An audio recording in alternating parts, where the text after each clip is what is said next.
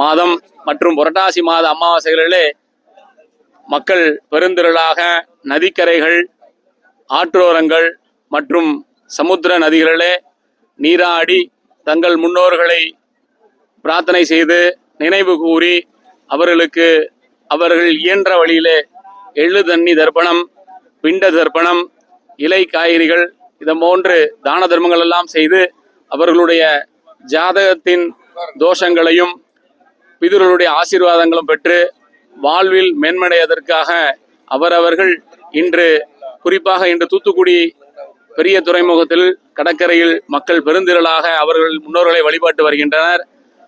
ஹரஹர பார்வதி பதையே, ஹரஹர மகாதேவா, தென்னாருடைய சிவனே போற்றி.